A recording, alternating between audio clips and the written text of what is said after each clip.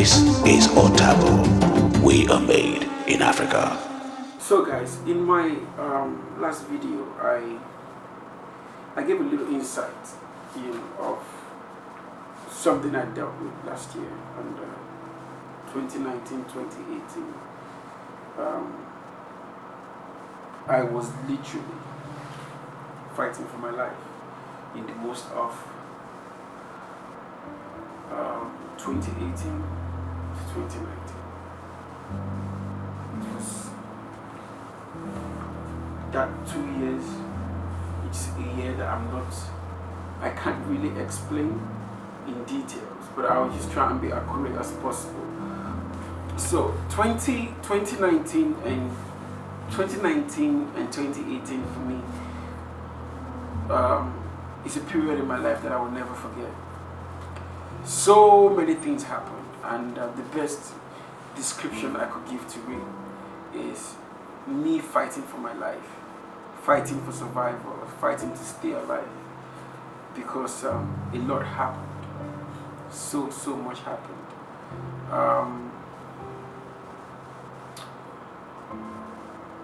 I was totally in the state, in a particular state of my life where I felt like, I was done. So I was like, I'm done. I can't take this pressure anymore. Pressure was too much. Too much in the sense that I literally ran. I literally ran. So, but how did I get there? How did I get to that place? How did I become a victim of depression? How did I get depressed? What led to me getting to that point in my life where I didn't see life as so important anymore. I just wanted to, But yeah, as usual, maybe it's a problem I have, but as usual, there was always this smile on my face. Then people will think all is well, and I think that's the problem, So, but going back to how I got to that point,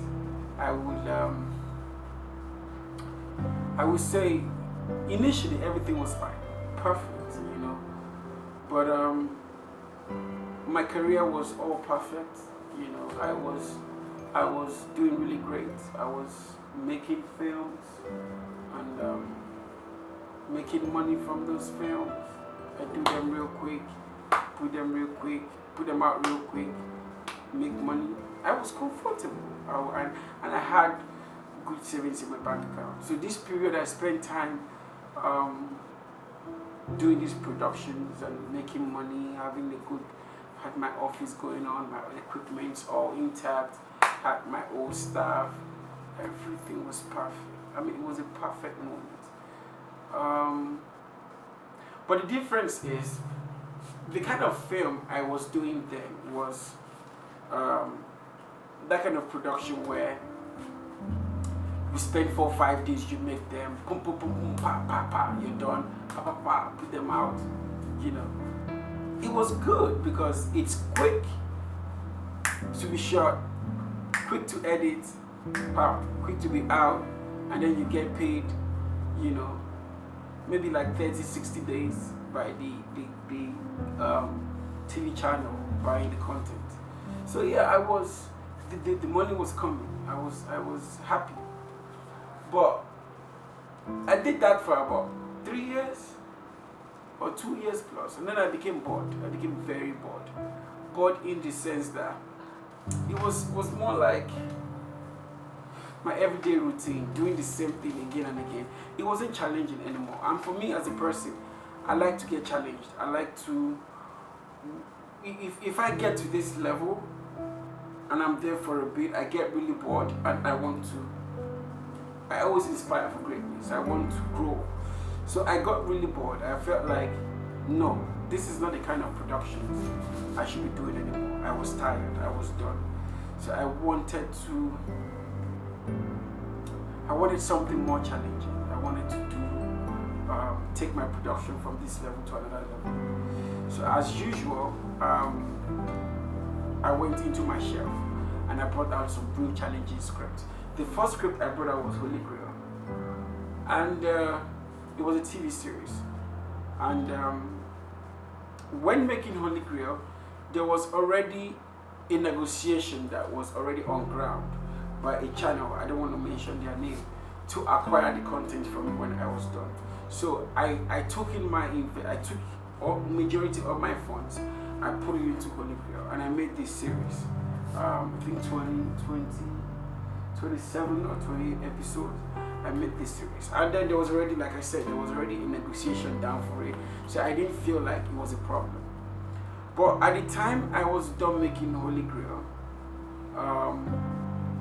we were editing, and I was happy. So it was more like finish edit, give it to the company, get paid, right? So, but at this point I said, you know what, I need to take something more challenging. So I decided to take up another project, which was more challenging, something I had developed for a very long time in my life.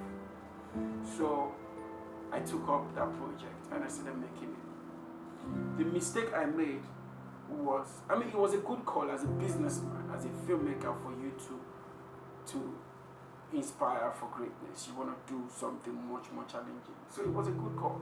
But I think I made the call at the wrong time. So I did not wait to get the return on investment on Holy Grail. So I went straight up, I picked up another project. At this point, it was my money that was on Holy Grail. Holy Grail was already hanging. So I took the rest of the money I had in my bank account. I activated something else, something much more bigger than Holy Grail, Pillars of Africa.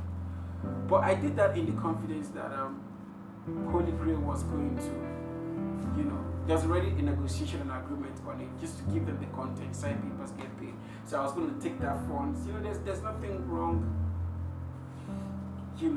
So at the point I was done editing Holy Grail, I was already on the set of Pillars of Africa with the money I had as my savings, as my backup funds.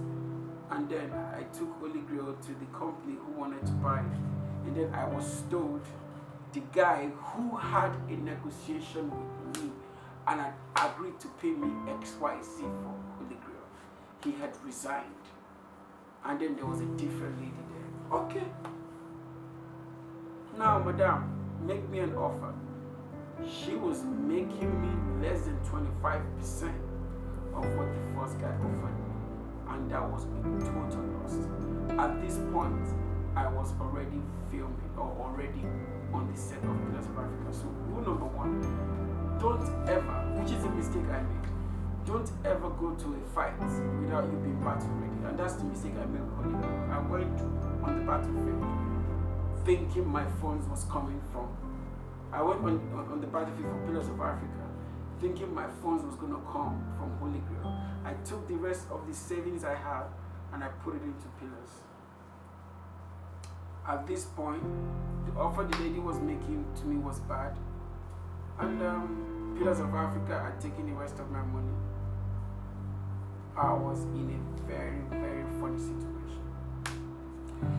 So I got a distributor who was trying to sell Holy Grail for me the best way she could. She was getting some money here and there, but it wasn't just enough anymore to finance Pillars of Africa or to finish Pillars of Africa, because at this point the estimated return for Holy Grail was about 40 million, but I was getting less than 5 million naira offer, and the 5 million naira finally came from somewhere.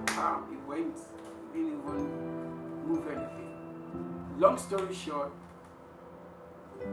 I started to keep taking loans so I can actually finish Holy Grail, Pillars of Africa. This new project I was doing, I was taking loans. Took loan from friends, took loan from bank, I took loan here, I took loan there, and even to the point that I started owing, I kind of like was owing people working for me. Rule number 2, you need to learn to know where to stop. If I had, I'm this guy, I don't give up easily. It's a good thing, but sometimes there's nothing wrong stopping re-strategizing, then continue. I should have stopped. I should not have taken any loan from a bank. I should not have taken any personal loan from friends. I should not have allowed people get committed working for me without them being paid. But I did all of this because I thought it was just going to get things done and sorted. But yeah, it did not. It did not. So I did Pillars of Africa to like a 50%. And when I got to 50% stage of it, after taking this credit, that credit, everything stopped. Money was coming from nowhere anymore. The project was hanging. I was broke. There was no money coming from anywhere. Now I had links of funds in some other places where people are owing me. They didn't pay, and the project was hanging. So now I was in a very dirty situation. In a very dirty financial situation where all my business money is tied up in a project, my investment is gone, my savings is gone, and I was in a very total bad shape. Now this is an example of how my situation was. Imagine when you have over 50 people calling you at the same time for as small as 10,000 naira to as big as a million naira, calling you at the same time every day of your life.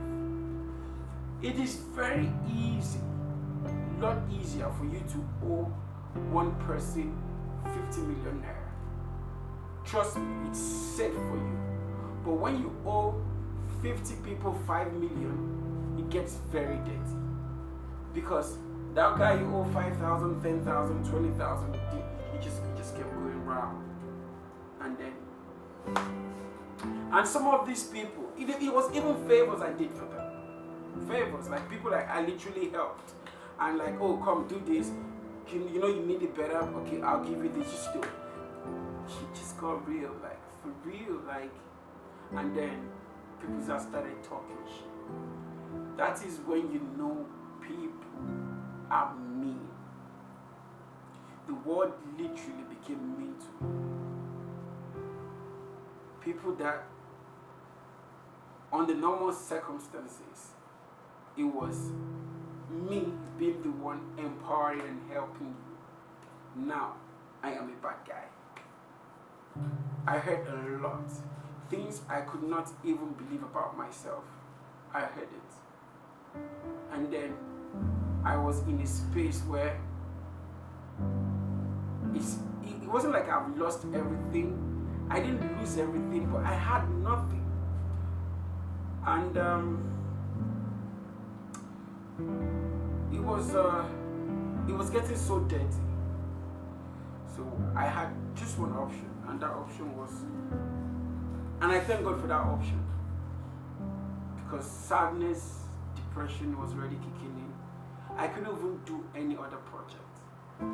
So what I did was get my passport.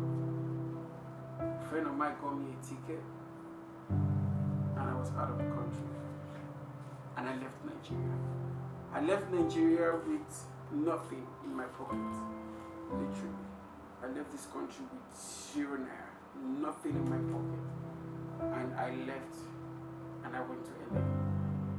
I went to LA there was a friend of mine promised to accommodate me when I get to LA. Yeah. So she was gonna accommodate me, and then I would take that period, find my food again, and get my space.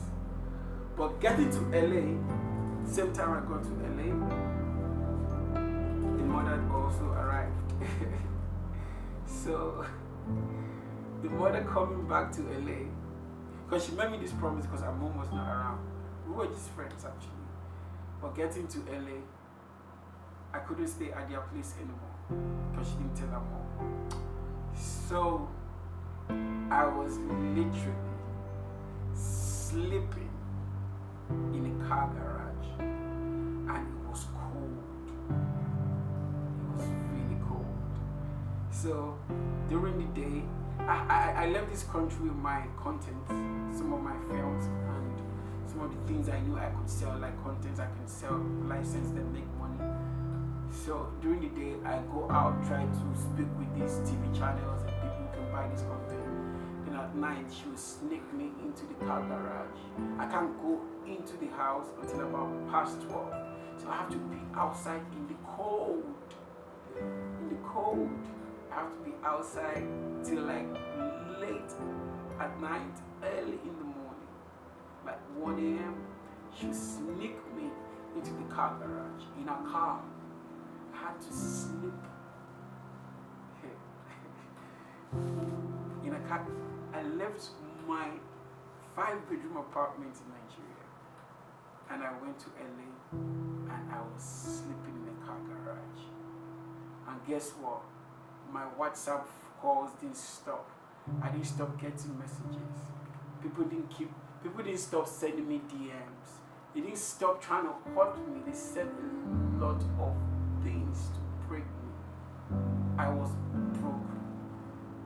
In the car garage, I'll get really tormenting calls and messages, threats of people telling me they will do this, they will do that. But I was strong. But it got to a point I just couldn't take it anymore.